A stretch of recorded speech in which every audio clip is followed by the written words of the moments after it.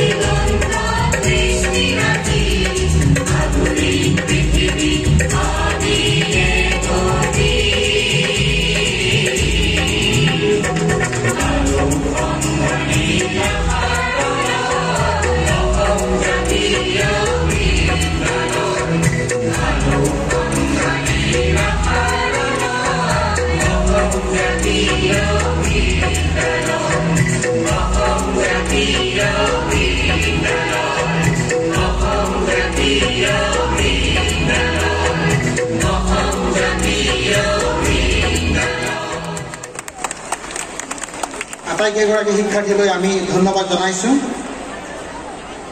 মই ছাৰক আমাৰ ফালৰ পৰা কৃতজ্ঞতা জনাইছোঁ। 10গৰাকী শিক্ষাৰ্থীক কৃতিত্বৰ ক্ৰম অনুসৰি এই অসম জাতীয় বিদ্যালয় শৈক্ষিক আৰু আৰ্থ সামাজিক ন্যাসৰ বৃত্তি আগবঢ়োৱা হয়। এই বৃত্তিত প্ৰতিগৰাকী শিক্ষাৰ্থীক 3000 টকা প্ৰমাণপত্ৰ প্ৰদান কৰা হয়।